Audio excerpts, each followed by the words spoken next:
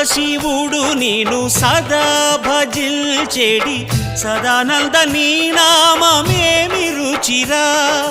ఎంతో రుచి ఎంతో రుచి ఎంతో రుచిరా